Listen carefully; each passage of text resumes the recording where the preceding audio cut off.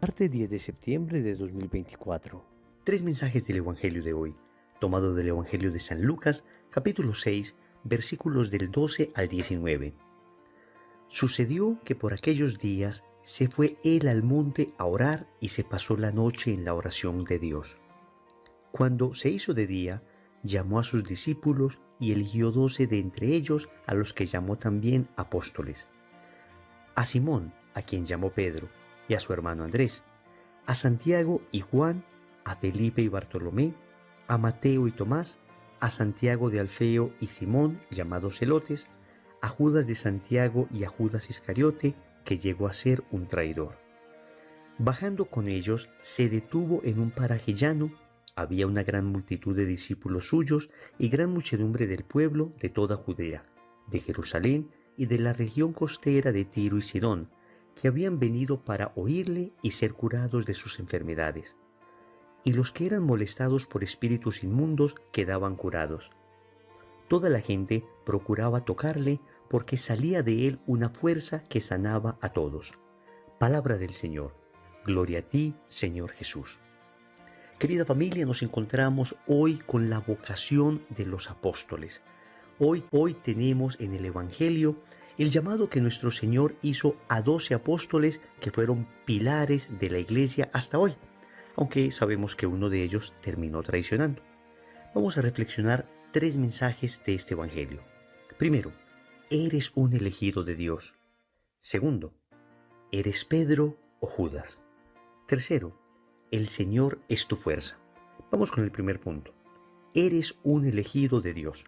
Notemos cómo empieza el Evangelio. Sucedió que por aquellos días se fue él, es decir, Jesús, al monte a orar y se pasó la noche en la oración de Dios. Cuando se hizo de día, llamó a sus discípulos y eligió 12 de ellos, a los que llamó también apóstoles. Miren qué cantidad de elementos que nos sirve para entender el llamado que Dios nos hace. Lo primero es que el llamado se da en un contexto de oración. Dios llama cuando hay oración en el monte. Recuerde que la palabra de Dios nos habla con claridad de todas las veces en que profetas, apóstoles, el mismo Señor está en el monte orando. El monte siempre representa la conexión con Dios, el elevarse del mundo para encontrarse con Dios. Entonces, los llamados que Dios nos hace se dan en el contexto de la oración. Ojalá de nuestra propia oración. En muchas ocasiones, cuando uno tiene una vida íntima de oración, escucha con mucha claridad el llamado de Dios. Pero también sucede que Dios, por la oración que personas que nos aman hacen por nosotros, también nos llama a nosotros. ¿Cuántas conversiones de nosotros son producto de oración de nuestra abuela, de nuestro abuelo, de nuestros familiares, de nuestros papás, de nuestros hermanos, de nuestros cónyuges? Ellos suben al monte y oran por nosotros y Dios nos llama. También el llamado sucede en el contexto de un paso de la noche al día. El Señor estuvo orando en la noche y fue de día en que lo llamó. Y es que para muchos de nosotros el llamado significó un pasar de la noche al día, de la oscuridad a la luz, de la mentira a la verdad, de la maldad al bien. Hay niveles de llamado, por supuesto. Cuando hablamos de un primer llamado, el llamado de una gran conversión, normalmente es un llamado que implica un enorme cambio moral, un enorme cambio de vida.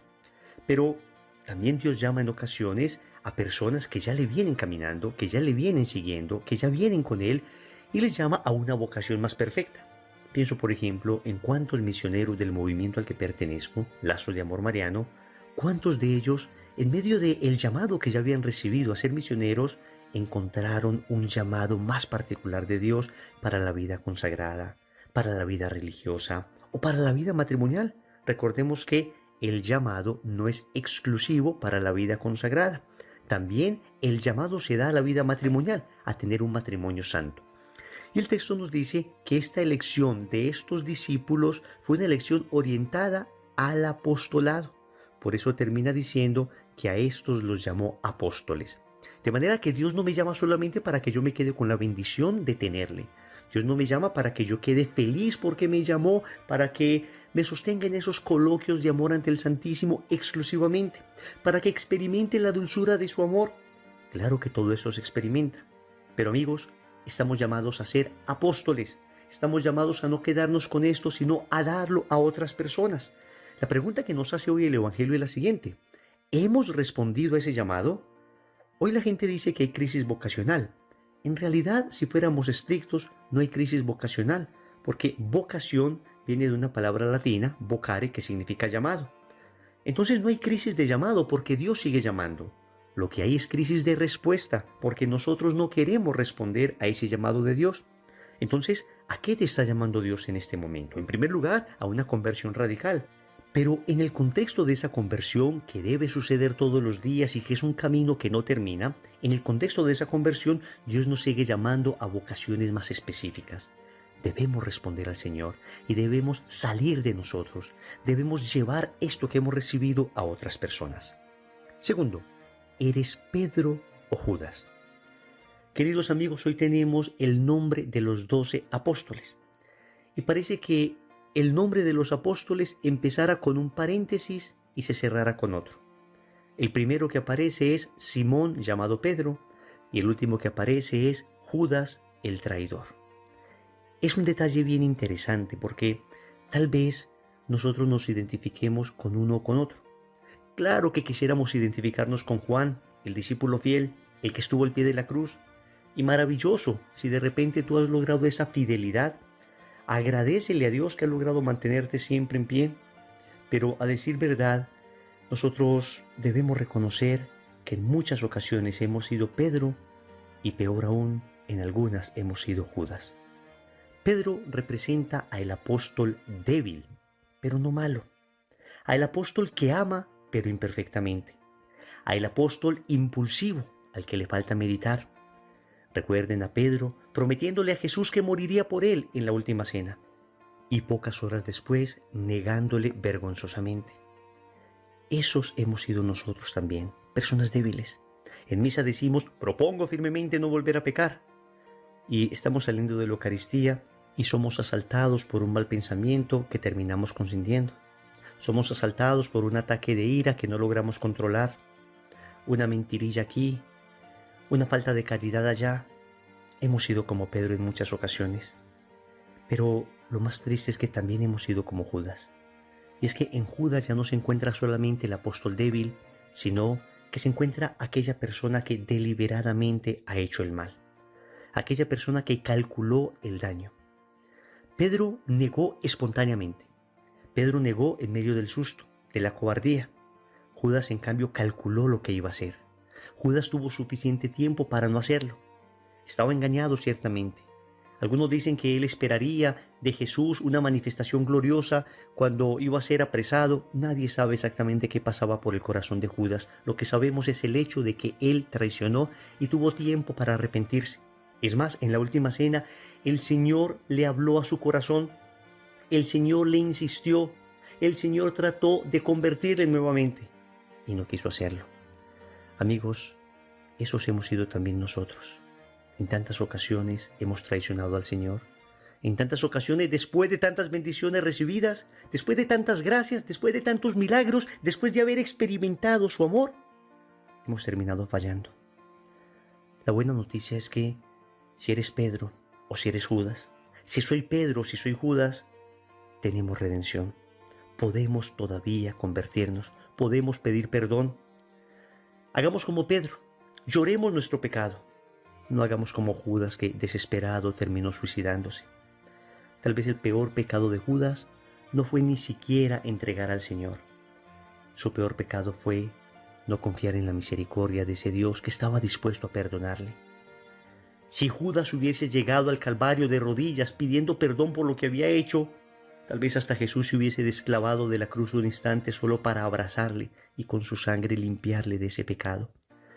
Pero Judas llegó a creer que su pecado era más grande que la misericordia de Dios. ¿Eres Pedro o Judas? Sea lo que sea que hayamos sido, pidamos perdón. Supliquemos al Señor misericordia y empecemos un proceso de conversión. Tercero, el Señor es tu fuerza. El Evangelio termina diciendo que del Señor salía una fuerza que sanaba a todos. Amigos, necesitamos la fuerza de Dios. Óyeme bien, la fuerza viene de Él, no de ti ni de mí. Toda vez que nos hemos creído fuertes nosotros, hemos sido vergonzosamente humillados en nuestra debilidad. Pensemos en aquellos que se creyeron fuertes. Pensemos tal vez en Adán y Eva. Terminaron cayendo estrepitosamente. Pensemos en el rey David, que terminó cayendo en un pecado terrible de adulterio, de asesinato, de desconfianza de Dios. Pensemos en Sansón, por ejemplo, que confiado terminó contando el secreto de su fuerza a Dalila.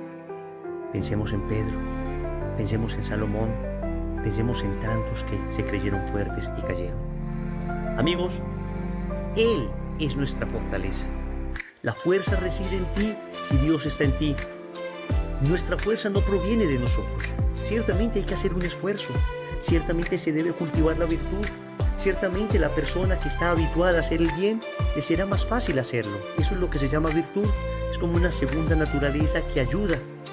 Cuando uno empieza a hacer el bien, pues cada día es más fácil hacerlo. Y sin embargo, aún así, debemos tener claro que nuestra fuerza proviene de Dios. Porque aún personas tremendamente virtuosas han caído estrepitosamente. Oremos con el Salmo 18. Yo te amo, Señor, mi fuerza. El Señor es mi roca y mi fortaleza. Es mi libertador y es mi Dios. Es la roca que me da seguridad. Es mi escudo y me da la victoria. Hasta aquí el Salmo. Querido Señor, necesitamos de ti. Sabemos que nos has llamado. Sabemos que hemos sido elegidos por ti. Pero en ocasiones nos ha faltado fortaleza para responder. En ocasiones nos ha faltado generosidad para darte una respuesta acorde al llamado. Hoy te suplico esa gracia, esa fuerza que procede de ti para poderte responder con la generosidad que me pides. Reconozco también, Señor, que he sido infiel, que he sido débil como Pedro y en ocasiones malvado como Judas. Pero hoy me postro ante ti y te pido perdón. Hoy te digo, Señor, aquí estoy en medio de mi debilidad para suplicarte compasión. Hoy te pido que transforme mi corazón. Quiero ser como Juan, el discípulo fiel, el discípulo que permaneció firme incluso cuando todos huían. Quiero estar al lado de María, a tu lado en la cruz. Quiero que me veas allí, en medio de la soledad del Calvario. Quiero que sepas, Señor, que soy más débil, soy más frágil de lo que creo, pero que confío porque sé que tú eres más fuerte de lo que imagino. Necesito de tu fortaleza, necesito de tu gracia. Solo en ti puedo sostenerme. Señor, dame lo que me pides y pídeme lo que quieras. Amén. Recordemos entonces, primero, eres un elegido de Dios. Segundo, eres Pedro o Judas. Tercero, el Señor es tu fortaleza. Compromiso. En el rosario de hoy vamos a pedir la gracia de la perseverancia final. En el nombre del Padre, y del Hijo, y del Espíritu Santo. Amén.